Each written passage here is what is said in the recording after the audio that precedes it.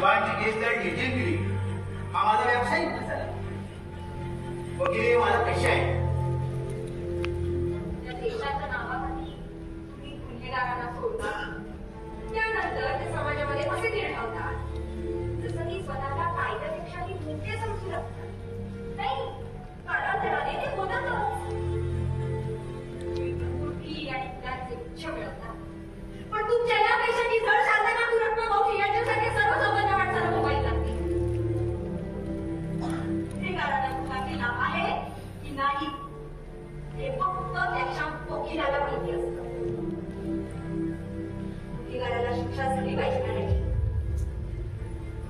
काय सुहास, गुन्हेगाराला शिक्षा झाली पाहिजे ना? भांडणाला योग्य वेळी शिक्षा झाली असती तर ना त्याची वेळेची वाईट झाली असती, त्या गावातली वर फुकट केली असती, ना गावामध्ये अशा घटना घडल्या असत्या. गुन्हेगाराला आरोपी म्हण.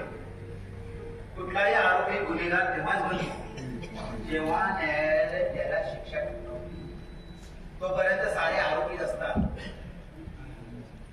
वकिलाचं काम न्याय देण्याचं नसतं, आरोपीची बाजू मांडणं असतं. बरोबर. शिक्षा देण्याचं काम ते न्यायालयाचं, न्यायाधीशाचं. पण तुम्ही आरोपीला शिक्षेपर्यंत पोहोचूच कुठे नेतात? पुरावे, साक्षीदार यांची मोडतोड करून सत्य झाकून वेळ प्रसंगी ते बदलू. न्यायालयाला तुम्हाला हवा तसा निर्णय द्यायला तुम्ही भाग पाडता. हा तुमचा पेशा, हे तुमचं काम. आज फार बोलतात. आम्ही न्यायाधीश नाही, समाजसेवकही नाही. आपली बाजू मांडण्याचा हक्क प्रत्येकाला आहे.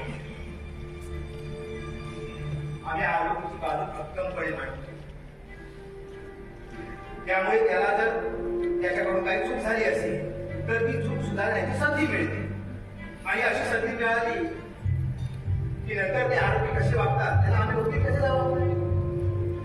जर असे आरोपी बेताल बेजबाबदार वागत असतील